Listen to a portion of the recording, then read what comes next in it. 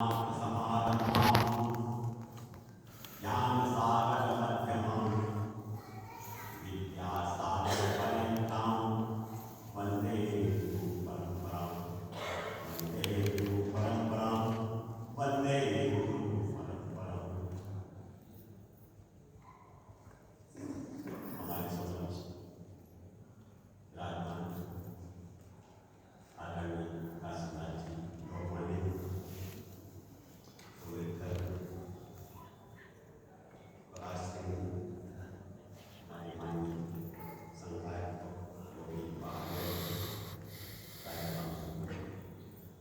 यहाँ मंच पर आसीन हमारे मित्र और विविध भाषाओं के द्वारा हिंदी, संस्कृत, अंग्रेजी, पंजाबी, गुजराती आदि विविध भाषाओं के ज्ञाता और जैन बौद्ध विभाग के वर्तमान अध्यक्ष भाई श्री डॉक्टर प्रद्युम्न साहब, हमारे समस्त विराजमान डॉक्टर ज्ञानदास, प्रोफेसर शैलेश जी, आशीष जी, हमारे अध्यक्ष आदरणीय जयपुर से पधारे हुए राष्ट्रीय संस्कृत संस्थान विश्वविद्यालय के पूर्व जैन दर्शन विभागाध्यक्ष आदरणीय प्रोफेसर श्रेयांश कुमार सिंह,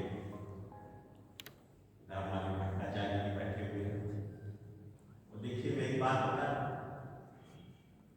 मुझे दूर का दिखाई नहीं, आप लोग सब बैठे हैं, मैं आप सभी को पढ़ा। आज का जो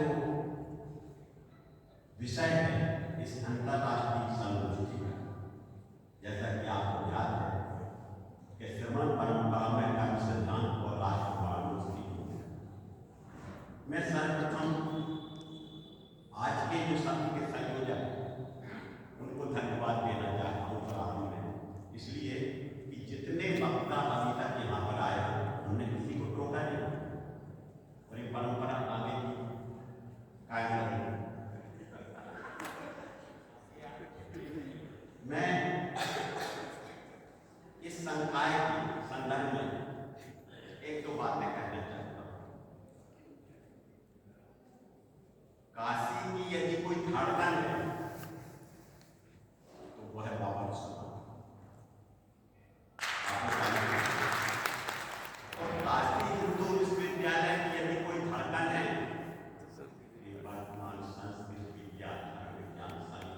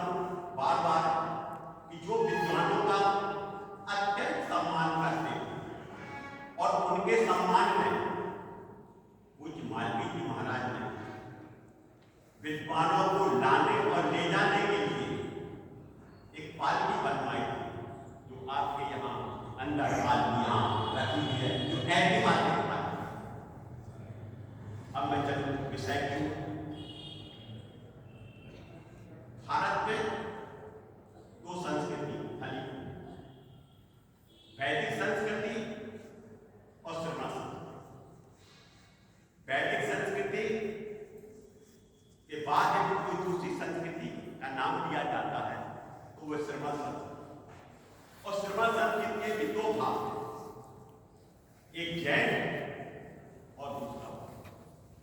मैं थोड़ी सी पहले वैदिक संस्कृति की चर्चा करूं। अभी हमारे एक विद्वान ने एक बहुत अच्छी बात कही थी, कर्मण्येवाधिकारस्ते मा फलेषु कदाचन। आपका अधिकार कर्म करने का है, उसके फल में आपका अधिकार है। क्या सिखाता है गीता? भक्ति योग, ज्ञान योग, कर्म योग। जैन दर्शन क्या कहता है?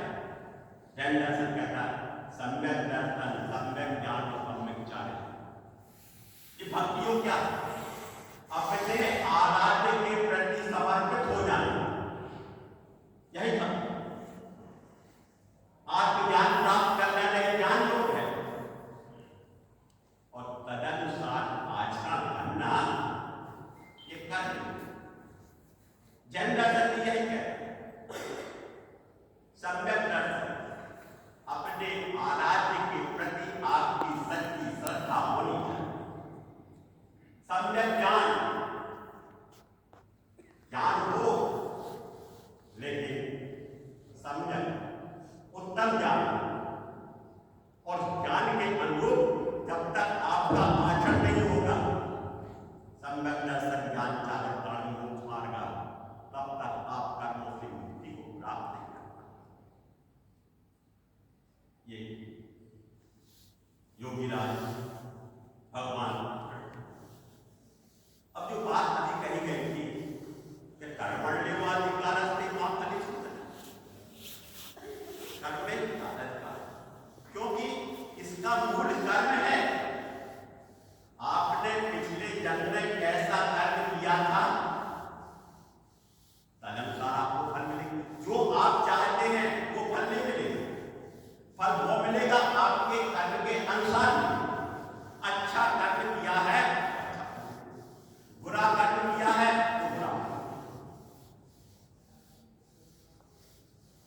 अवश्यमेव कृतं कर्म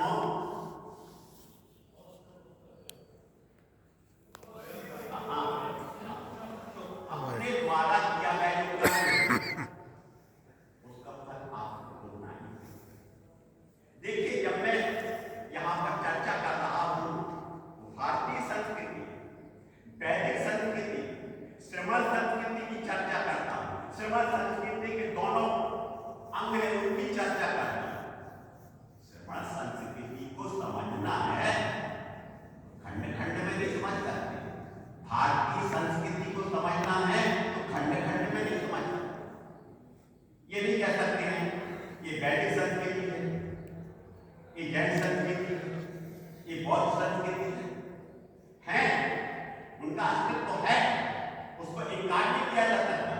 लेकिन जब आप कहेंगे वैदिक जो कहते हैं वही सत्य है, जैन कहते हैं तो वही सत्य है, बौद्ध कहते हैं वही सत्य है, इस सबको मिलाकर के जो संस्कृति बनती है उसका नाम है भारतीय संस्कृति। अब अलग अलग नहीं दिखते, इसलिए हमें यदि भारतीय संस्कृति को देखना है, जानना है, समझना है, तो हमें उसको अखंड रूप में देखना पड़ेगा, खंड खंड रूप में। जब मैं आदरणीय दोर्जे साहब यहाँ से चले गए, जब हमारे दोनों विद्वान उनके पास गए आमंत्रित करने के लिए, तो उन्होंने स्वयं के द्वारा अनुदित जो धम्मपद है वो धम्मपद भेंट किया, और डॉक्टर आनंद जी ने वो धम्मपद की विधि लाके कहते मुझे पहले से जैन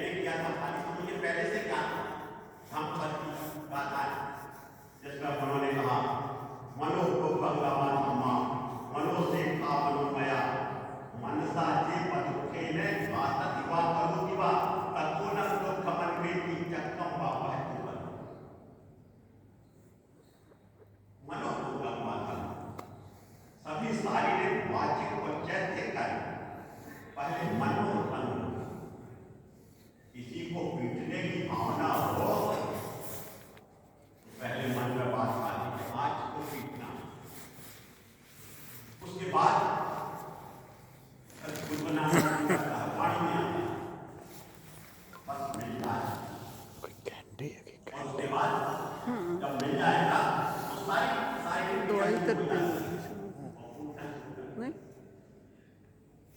भगवान को जब अपने भगवत में कहते हैं कि इस प्रकार से मन के द्वारा प्रेरित होकर के वाणी और शरीर के द्वारा किया गया जो कर्म है वो वैसे ही कर्म अनुभव किया जाए।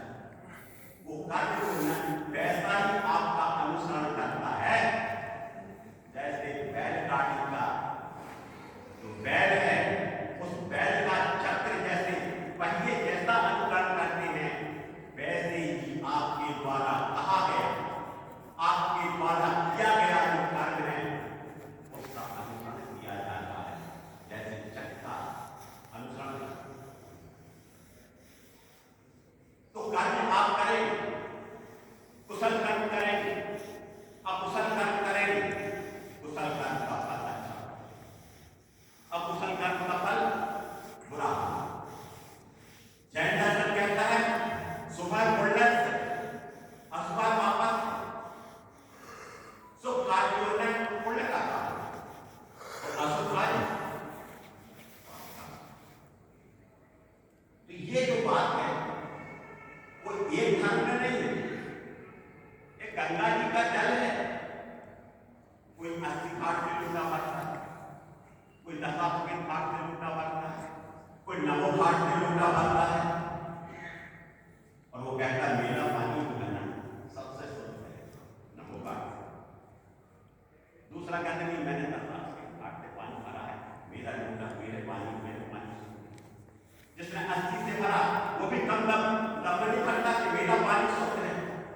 लेकिन सारा का सारा जो जल है वो गंगा जी का है चाहे 80 घाट में भरा हो चाहे 10 घाट में भरा हो और चाहे 9 घाट में भरा हो।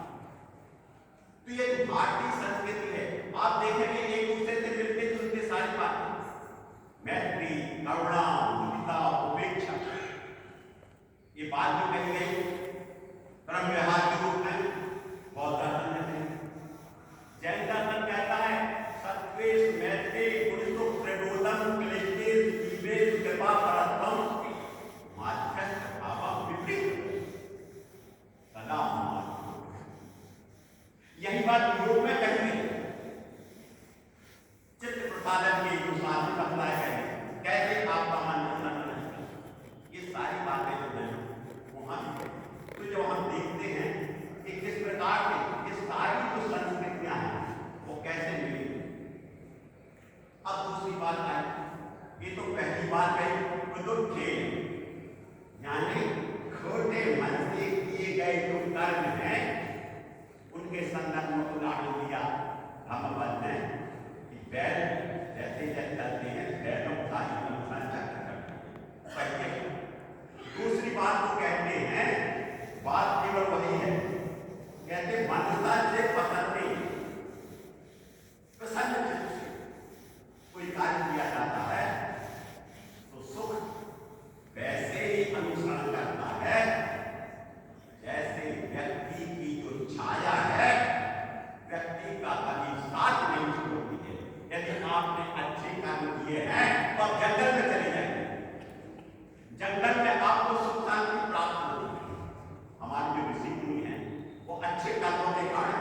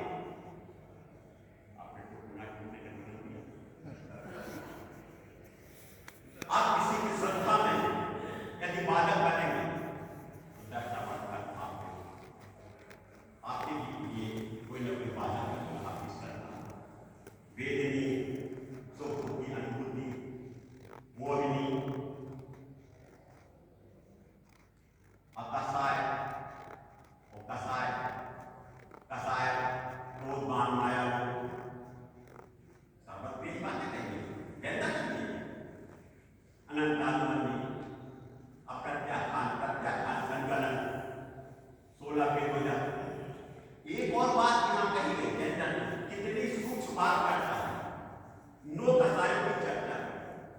ये नो कसाई क्या है? अरे भाई, ये व्याकरण के विद्वान बैठे यहाँ सहने थी, ये अपने विद्यार्थियों को पढ़ाते हैं अनुत्तरा खंड में। ऐसी कंटेंस के पीठ कर देते पूछे कि सचमुच के पेट नहीं है। कहने का मतलब ये कि इसका पेट पीठ से चिपका हो, ऐसी कन्या को अनुत्तरा खंड में। यहाँ अकसाय की बात नहीं है। अकसाय मतलब किंचित कसाय, हाथ, रति, अरति, सो, भय, जुगुप्सा, स्तिबे, कुंभे, नपुंसक। आप किसी के ऊपर हंसते हैं तो कर्म का बल करते हैं, किसी के प्रति स्नेह करते हैं कर्म का बल, किसी के प्रति द्वेष करते हैं कर्म का बल, और सो करेंगे उससे भी कर्म का बनना। तो ये सब बातें करेंगे। आयुष्य कर्म, जैसे हम मनुष्य चूल्हे में है, पशु चूल्हे में है, नाटी चूल्हे में है, स्वर्गीय देव के चूल्हे में। आय नाम, मैं आपको नाम के संदर्भ में बता दूं, आपका जो आकार प्रकार है, आप लंबे, दुबले, पतले, छिलके, ये सारा का सारा जो है नाम कर्म का सारा है। जैसा आपने कर्म बांधा है वैसा ही आप उसका फल। गोत्र को लोग जो है ना उच्च और नीच करके कहते हैं, मैं ये नहीं कहता। गोत्र का अर्थ यहाँ है संस्कार संपन्न परिवार में जन्म लेना।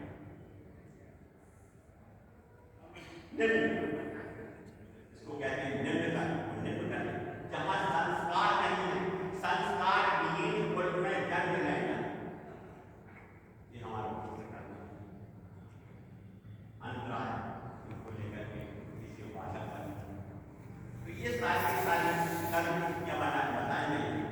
और हमारे डॉक्टर सिंह जब बोलेंगे तो बहुत सारी बातें बोलेंगे, वो बताएंगे अपने आलेख में कि कैसे कर्मों का बंध होता है, उदय होता है, उदीर्णा होती है, अपकर्षण, उत्कर्षण और उपशम, सारी चर्चा करें।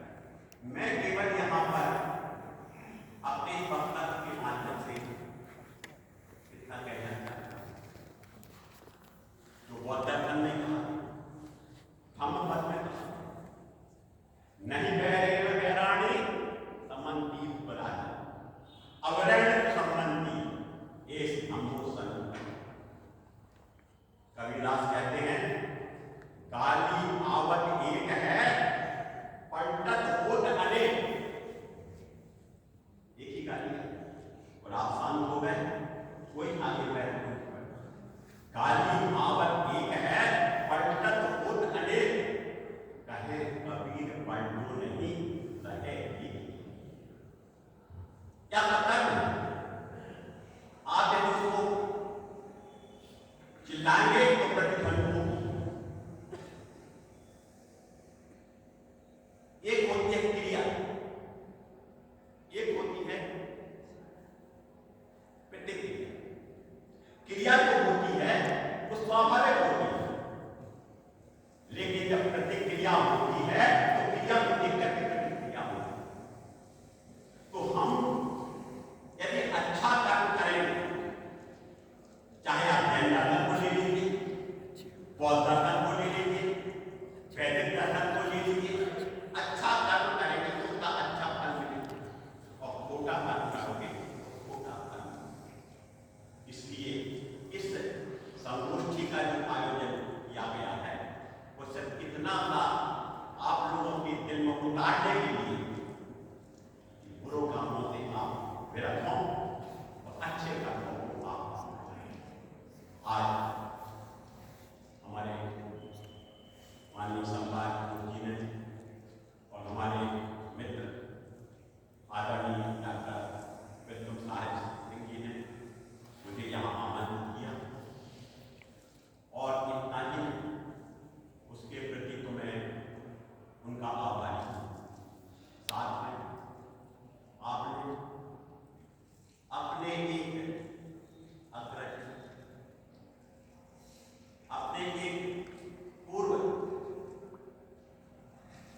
था